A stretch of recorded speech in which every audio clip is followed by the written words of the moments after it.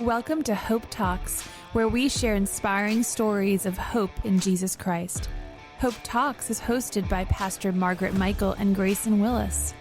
Join us for uplifting stories of triumph, faith, and the enduring power of Christ's love. Also, if you're in the listening area, tune into 1470 AM or 102.1 FM WBTX to listen to Hope Talks every Sunday at noon.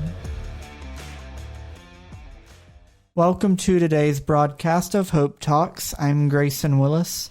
I'm Pastor Margaret Michael. Thanks for tuning in, and today we're joined by Derek Wyse. Derek, how are you doing today? I'm doing great. Derek, it's great to have you, and Derek's here to share his testimony with us today. Derek, just start out telling us about where you're from and about how you grew up. I have been born and raised in Rockingham County my entire life. Lived here pretty much my entire life, except for a few years where I spent college over at the University of Virginia in Charlottesville. Wow, I don't know why I thought your parents are from somewhere else, right? My parents are from the Midwest. That's what I thought, but that was pre-you, huh? Yeah, they met at EMU and then stayed. Okay, that's really cool. So I'm guessing they went to EMU. Did you grow up in the Mennonite community? They grew up in the Mennonite church, attending Parkview. They're like Sunday morning, Sunday night, Wednesday type of life? More of a Sunday morning probably for our family. Right, yeah. Yeah. But involved. Involved, yeah. That's great. How many years were you all in that church, and what did that kind of look like, the Sunday morning experience, or anything that stuck out to you from those growing up years? Wow. Definitely a contrast to being here at the Nazarene Church.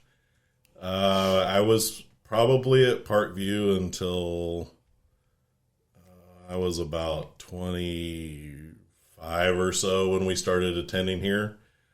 I did have the pleasure to have Myron Augsburger as one of my preachers. A little different than most Mennonite church preachers. Myron was pretty dynamic. So I remember a little bit of him when I was younger. And then I, was probably more lukewarm, I would say, as I was growing up. So how long have you all been at the Nazarene Church? It's about, I think we came in like 99, 2000. So that was when this building was very new, but just the first phase. Right at the beginning. Yeah. I remember doing what was then Kid City in this room with the tykes. Isn't that funny? The room we're recording in was a nursery. The door was split and you handed the kid over. That's exactly right. Yep. Yeah. Every time I see Gabe Montanez, that's what I think about, because he was one of the ones that I remember we had. That's great. I did want to say, having someone in your life like Myron that you can look back and go, God used him in my life. That's beautiful. Sometimes just to think back on those things and realize, and I'm sure it was a timely time in your life when he came along. And so you went to UVA, to college, and came right back to the Valley. Mm-hmm. And what'd you study in college? Commerce, what they call their business school, but it was called commerce at UVA. Yeah. And when did you and Tammy meet? I was 23, so it was about 1 year removed from college. My dad had hired Tammy into his business, and that's how I met, although she says I met her earlier because she had worked for my mom when my mom was still with the school system, but I don't actually remember that, so we differed on She had her eye on you, though, right? I don't think at that point she probably did. So when you came back to the Valley, where did you go to work? I worked for my dad. Yeah. What do you all do? He at the time had a software business for small colleges and universities, and I worked in the sales department when I first started. And we had our first church website through Derek and Dwight. Mm-hmm. Yeah. That's right. Yep. That was our second business, yep. Yeah. So which business are you on now? It's kind of still the second one. Yeah. We had multiple things that we were doing, but we've kind of narrowed down into just the camp Okay. and conference center software business. Okay. So you mentioned that your dad hired Tammy, and that's when you first remember her, but when did y'all maybe realize that there was something more than just a working relationship or maybe something potential there? Well, for me, it was right away. I don't know. I had to wear her down a little bit. But that relationship moved pretty quickly, probably faster than it should have. And that created its own challenges later on. But God saw us through those things. And I wouldn't be who I am today without Tammy. Mm-hmm. And so God used her in a mighty way, drew us to this church where we both kind of found Jesus in a different way than the way I had grown up, something more tangible and real. So, yeah, always be grateful for her in my life. And I have to mention this because the Lord brought your name back to mind when Pastor Margaret and I were recording another guest on our program, Jenny, who oversees Isaiah 117 house, and you and Tammy fostered. How many foster kids did you all have?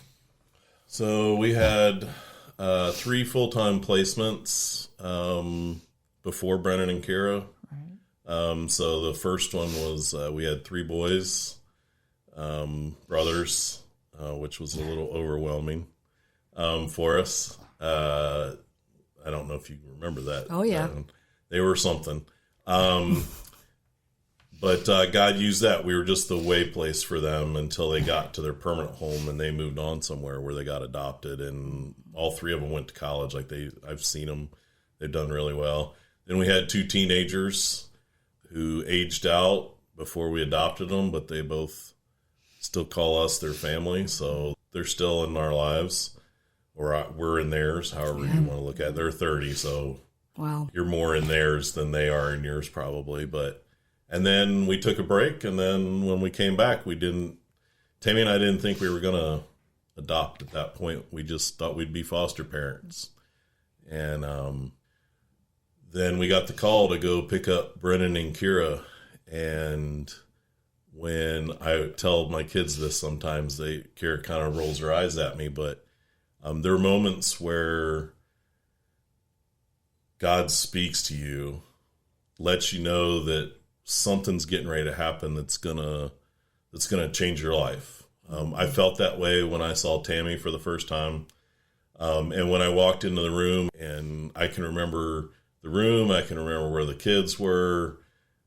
When I saw Keira first, and then Brenden, and you just felt like something was going to be different, and we took them home, and they haven't left. So. And that was the first set of kids that you had fostered, because the others were teenagers, right? For the most. No, the 8, 9, and 10-year-olds. Oh, the boys were the first set of boys were kids. Yep. Yeah. So, when did you all decide that you were going to be foster parents? What led to that?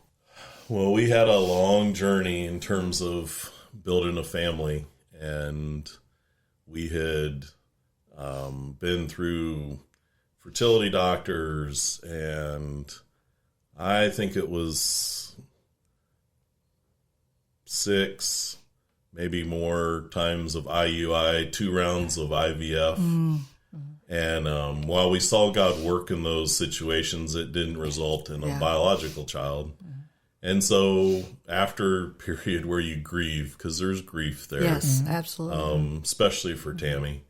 I think God gives women an inherent sense, right, of being pregnant and giving birth and those kinds of things. And so we were trying to navigate the next step, and Tammy and I weren't necessarily on the same page all the time on that. She was looking towards adoption, and I was having trouble getting peace on that.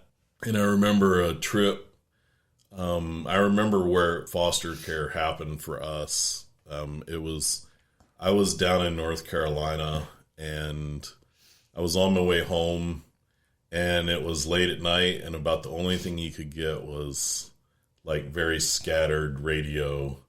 And there was an NPR, I think it was NPR, but there was a radio show, and Truett Cathy, who was the founder of Chick-fil-A, one of the things that he did was he opened a bunch of foster care homes for teenage boys, in particular, because teenagers have a hard time getting placed, and boys especially.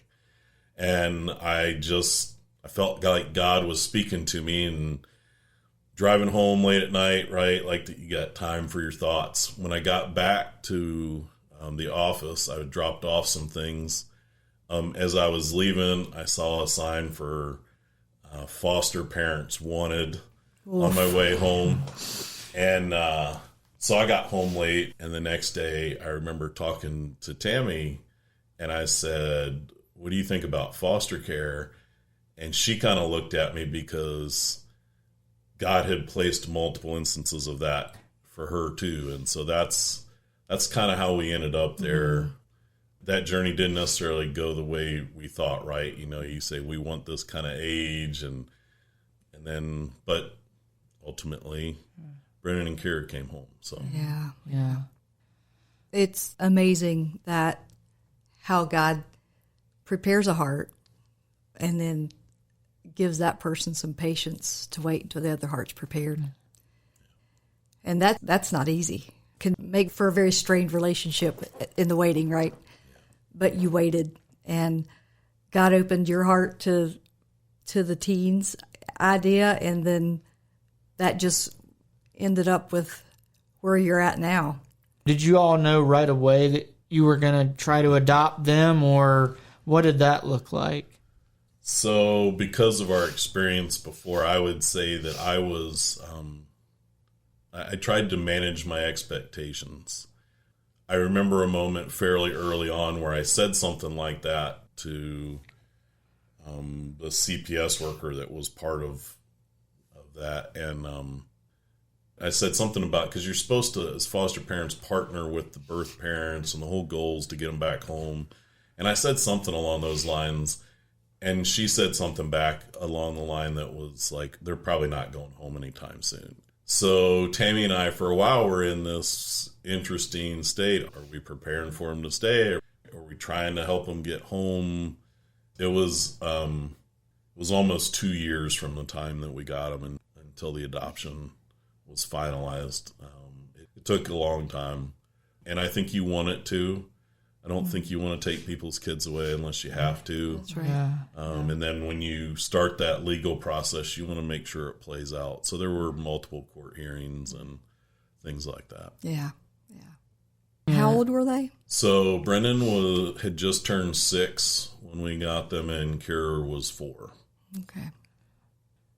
At what point in that process, y'all got some difficult news? So our forever day with the kids, which is the day that the adoption was finalized, is May 20th, 2015. Tammy and I were in the car together, and that's when we got the news that the adoption was finalized. We could come by and pick up the paperwork. About a half an hour later, we were in a doctor's office with her oncologist, and we got the news that her cancer had come back 20 years after her original diagnosis. So it was a very interesting moment, and it was, most people tell me what I got to do. We're gonna fight, we're gonna do whatever. Tammy was like that. I got in the car. I was much more. I was a little perplexed. And I would say Tammy's faith journey was always ahead of me. I would say she was stronger. She had been through some things, I think, that had drawn her to a different, deeper relationship. And I would find that later after our journey with this part. But I remember getting in the car and was kind of like, I don't understand, the adoption finalizes and then this happens. And Tammy immediately said that for her, that she saw the adoption of the kids as a sign of hope, not as she understood it completely. I would see it later that the adoption of the kids was a lot more about me than it was about her. Having them in my life after she passed was probably the thing that helped me survive. So, but in that moment, it was hard for me to try and make sense of those two things at opposite ends of the spectrum. Yeah. Wow. Yeah, just this idea of adoption and her desire. And sometimes the very things we fight are the things that will save us. I was wondering when did that come into, how long did it take until you finally realized, hey, this is what is keeping me? What did that, how long did it take till you were like, oh, these kids are saving my life? Well, you probably don't realize that until later. Yeah. In the moment, you're just, when you're in the middle of that kind of grief, it can be hard to find a reason to get up. I had to, because they had to go to school. And they needed lunch and whatever at breakfast and whatever else, right? There were some days early on where I marshaled myself, got them to school, came home, went right back to bed, stayed there until it was time to go pick them up again. But so I think that was something that I saw later. In terms of that, I think that we were. It all was exactly the way it was supposed to be. That I think ultimately, when we were going through IVF, I haven't gone back and put the actual dates together, but I think one of them was about the time that Brenden was born. Wow. And the other one probably wasn't too far away from when Keira was born. So, those things work out. And, it's Brendan's graduating Friday. Wow. And one of the things that Blue Ridge does is we have a senior breakfast, and parents and other people important in our lives write them love letters, is what they call them. And then, so I was writing mine today, and Brenden and Keira are probably the two biggest blessings of my life after Tammy. So, There was a little bit of time there, so she did get a little bit of time with the kids, even though she was battling cancer. Yeah, the first 2 years when they were just foster kids, right? I mean, I think they already started to look at her as mom, and then from the time they were adopted until she died, about 2.5 years, every moment, she had cancer. It was, there were ups and downs. There were part of it that felt normal, and there were times where it was very much not. But there was parts of that. Yeah. It's really cool to see them here and to watch, have had the opportunity to watch them grow. And, if you're in the sound booth, they're not far from you. Yeah. And Brendan's helping out with a camera usually when Derek's in the sound booth helping with slides. Yeah. Wow. I think we were talking about church softball a little bit ago before we started recording. You've been a part of that for a lot of years. Did they become a part of that too? Brenden knows. Yeah, I thought one of Keira them doesn't want to play, but I forced her a few times. I thought that they both had at one point or another. But she carries Tammy's attitude. She wears flip-flops, so she's not able to play. Well, Derek has been involved on both ends of his journey with Tammy. Yeah, for sure. I know. I think Brenden got him back into it. I'm guessing that's what got him back into it. I did take a break, for a few. It takes a while to move through the grief and then find your way back to normal, whatever that looks like. So, I remember one Sunday morning sitting in church, and it's been a few years ago, but you were pretty close to where I was sitting and to see you worship. I can't even put words to that. I just couldn't imagine. But you were there and you were present and you were worshiping. And that ministered to me in ways I can't even put into words. But it's a journey. Grief is a journey. I love Psalm 23 talks about, they'll walk through the valley of the shadow of death. And, we do. There is another side, but I don't think we ever stop grieving or remembering. But it's only by God and His grace. I say often it feels like in those moments of grief where it's so fresh, it's like God pulls the curtain back and allows you to see reality for a little bit, and you lose it, and then He pulls it back shut and just works until you come to that place that it's reality, because it's crushing. And I've not lost a spouse, so I can't imagine that.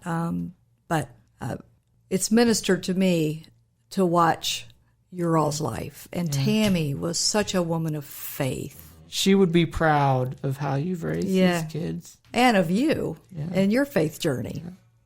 That part is true. Yeah. Yeah. I've had a lot of help with the kids, but Tammy drew us here. It took me a long time to completely surrender. I had to do it a little bit at a time. She was able, I think, to do it a lot faster than I was. Well, she was a great testimony of faith, and I'm sure living with her, it had to rub off a little bit. Yeah.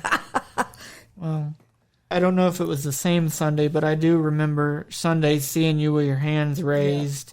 And even you'll have to look up in the sound booth sometimes. He has his hands raised up there too. But I even remember one of the other things that encouraged me when Tammy was going through the tough times, seeing her here in her wheelchair, and she was worshiping to the end too.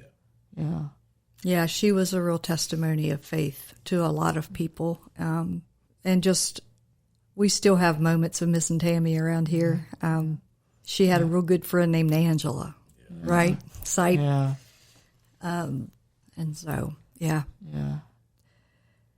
I know that there was a couple times where the Mills came to live with you all while they were in transition from house to house. There was things like that. You all, and I believe, did you all give Pastor Billy a ride to church when he was in college? Yeah.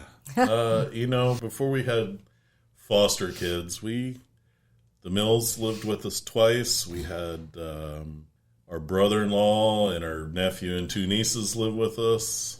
I don't know if you remember the Barkers, but Greg and Teresa lived with us when they were... He's now Reverend Barker. Yeah, I just saw that. He just got ordained. Anyway. But that was when they were selling everything and going to Botswana, I think, right? Yeah. We had two young men, Artem. Yes, I was trying to remember. And Martin both lived with us. Yes, I remember that. So, we were kind of running a B&B for a while, it felt like. But you had all the guys over there in Mount Crawford. We were housing the girls. So that's really great. It speaks of hospitality. And I know that was such a part of Tammy's heart, was this hospitality. And I've heard it said one time that grief is love that has nowhere to go. I think about that. Yeah, it comes and goes in waves. Even though you might not understand till heaven why God did it the way He did, it might have seemed like the highest of highs and the lowest of lows happening on the same day, but He knew you would need those kids. Well, Grayson, along the way, God did show up in lots of different ways. You wonder, one of the things that's hard when you have young kids is they're going to ask the question, why? And it's hard to give them an answer all the time to that. So after Tammy's original diagnosis, we went through the treatment phase, right? So chemo, surgery, radiation. There was a period where we thought, where you kind of got to the point where you got it, you know, you were hoping that you got it, that kind of thing. So there was a period in 2016 where we thought, you know, where things kind of started to get back to normal. And then in December of that year, Tammy had experienced some discomfort around her kidneys, and we went back through the stage, and that's when they upgraded her.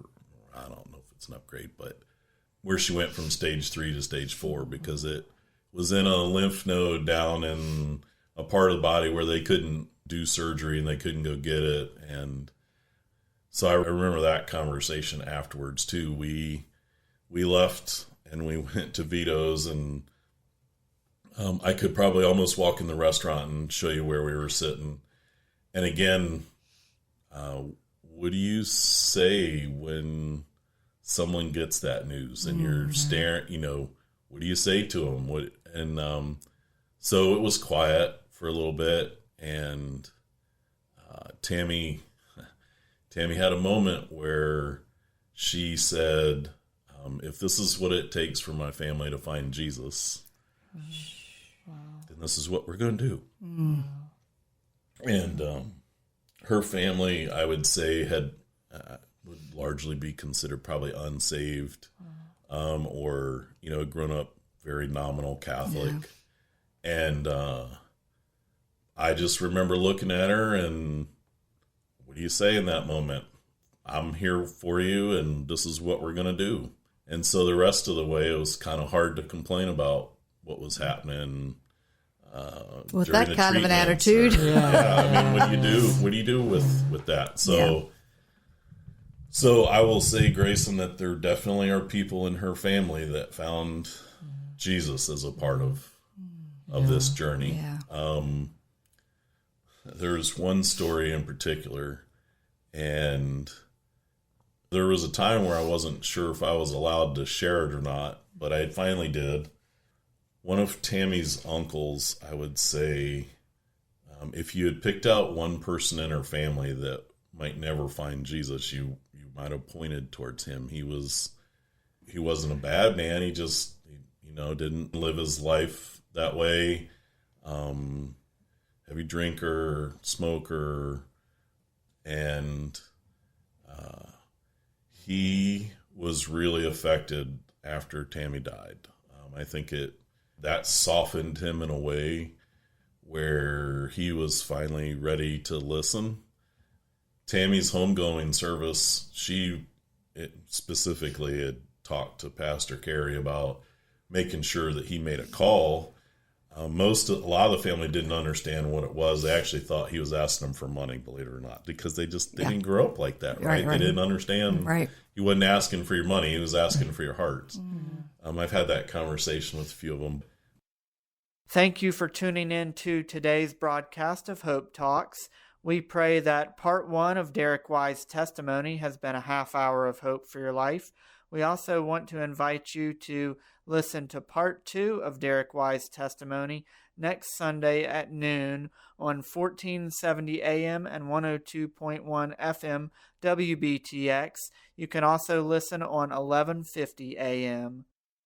Hope Talks is sponsored by Church of the Nazarene in Harrisonburg in partnership with Sunshine Ministries. If you enjoyed today's episode, make sure to subscribe, rate, and leave a review on Spotify or Apple Podcast. Your feedback helps us spread hope to even more listeners. Stay tuned for more uplifting stories in the next episode. Until then, keep the faith, share the love, and find joy in the hope that Jesus Christ brings.